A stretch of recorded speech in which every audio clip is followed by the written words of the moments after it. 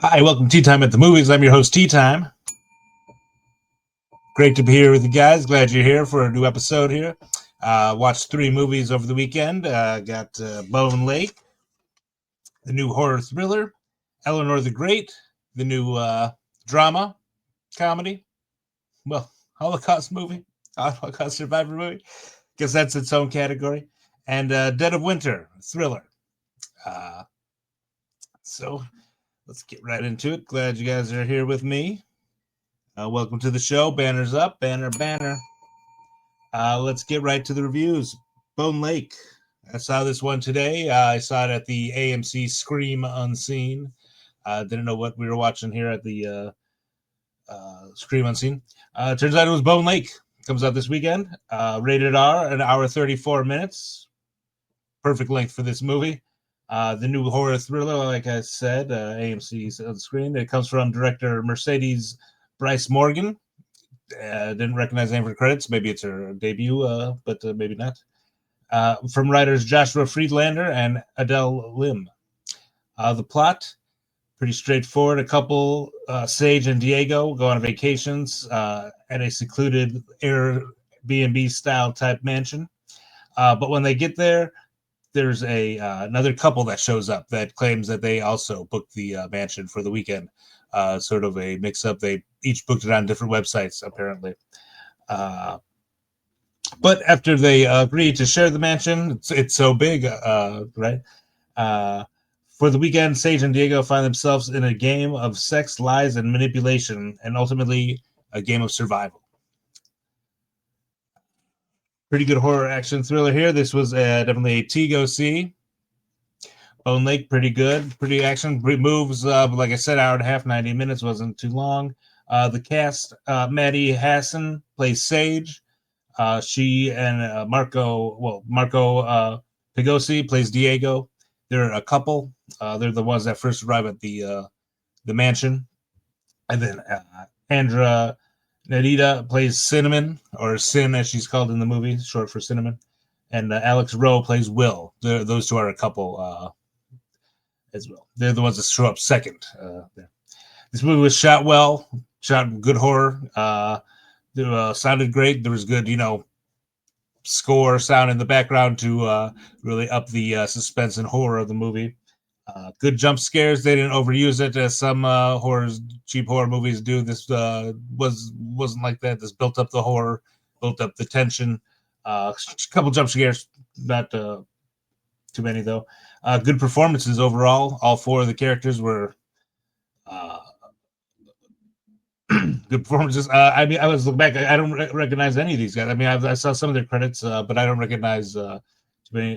Maddie Hassan was in some horror movies I saw recently. Malignant, I think. I didn't recognize her though, but her hair's blonde dyed blonde, so maybe it was a different color. Good suspense building, and the story. It's a horror. It's a suspense. It might go where you think, but it doesn't get too far fetched as some of the horror recently gets.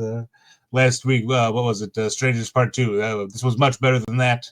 If you're going to see horror this weekend, I recommend this one over Strangers Part 2. Better suspense, better shot, better edited, overall much better. It was set in reality. I believe that the things that were happening that they were performing on screen, and the way that the story goes. Hey, right here, pity alert. I didn't make a banner. Well, that's all right. There are some nudity in this at the beginning, but later in the story, not as much nudity as you'd like. The main actresses kind of, hide it with a bra or some well-placed hands.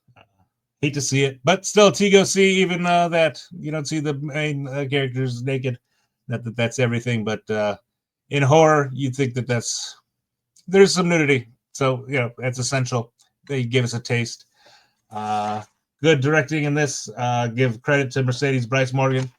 Hopefully, she does more horror or movies in general. This was well made, well directed, well acted. The ending was good. Won't spoil it here, but good ending, good story, believable horror thriller. So, if you're going to see horror this weekend or this week, I'd recommend this one. All right, next up here we have Eleanor the Great. The new drama Holocaust survivor movie, like I said, Eleanor the Great, rated PG-13. So not rated R. Everything's been rated R lately. An hour 38 minutes, not too long, not too short. Directed by Scarlett Johansson. Happy to say this was very well directed. She did a great job. Written by Tori Kamen. Looked like that he was in production with the Mick, the TV show. That was pretty. I enjoyed that show. Let's see. So the plot of this one, let me get straight forward. The synopsis here: Eleanor and Bessie are in their 90s, and they have lived together for 11 years. They're best friends. They do everything together. But after Bessie passes away, Eleanor has to move back to New York to live with her daughter and her grandkids. And as life evolves there in the city she grew up in, she gets involved with the Holocaust survivors group and gets in a little over her head after sharing some of Bessie's story with the group. And there happens to be a person doing a news story. So Bessie Eleanor gets a little over her head with the group here.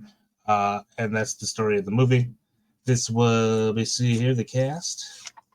No, this was definitely a T-go see. Eleanor the Great, this was a great movie.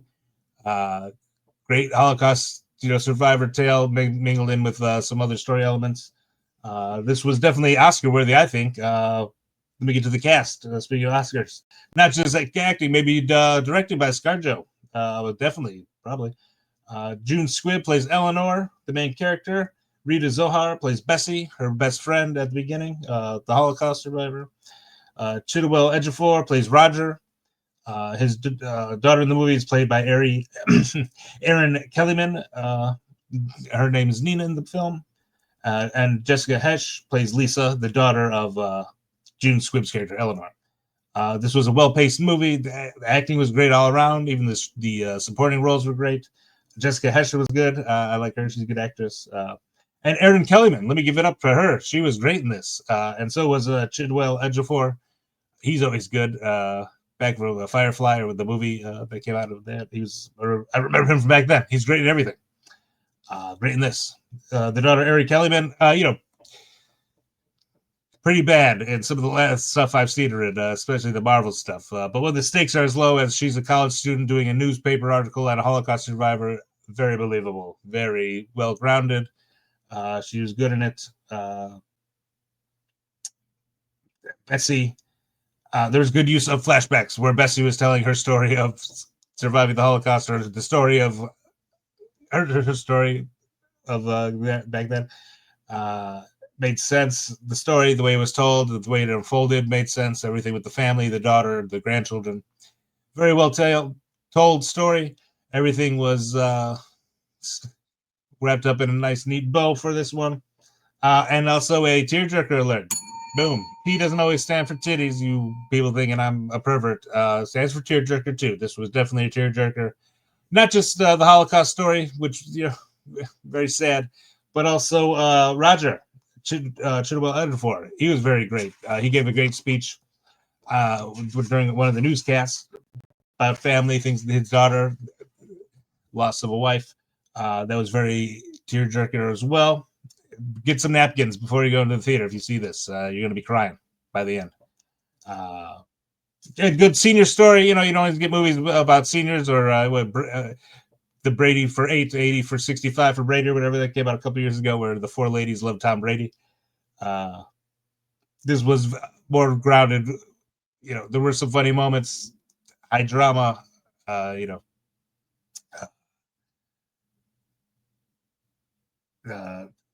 So also the message, don't always believe what everything someone tells you. Just because it's a nice old lady doesn't mean she's telling the truth here. Though, even though the story was true, Eleanor steals the story from her friend to kind of fit in with the group, the Holocaust group. But is that an evil act? And it's not an evil act, but an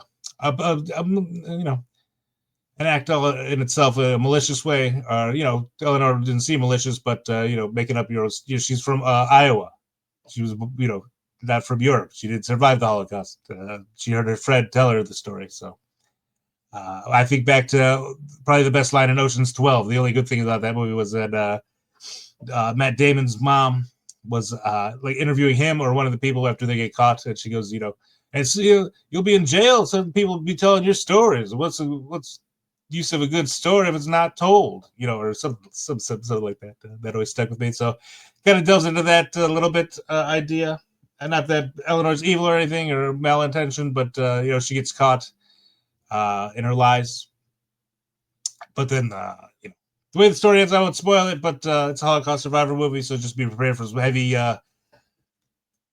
content. Even though this was rated but PG-13, some heavy maybe it should be rated R with the heavy content, but still a good movie nonetheless. But yeah, definitely 13 and under probably shouldn't see this movie. Here, so definitely to go see for Eleanor the Great.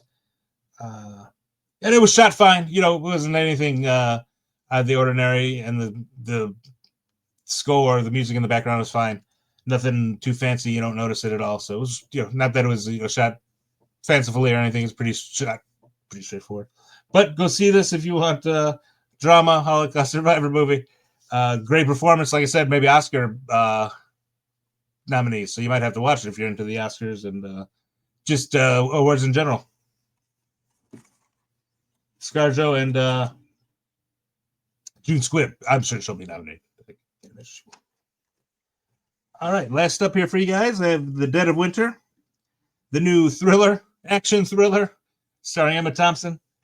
No, there's not too much action. There is some, gunplay fight like that, but this is rated R, hour 38 minutes.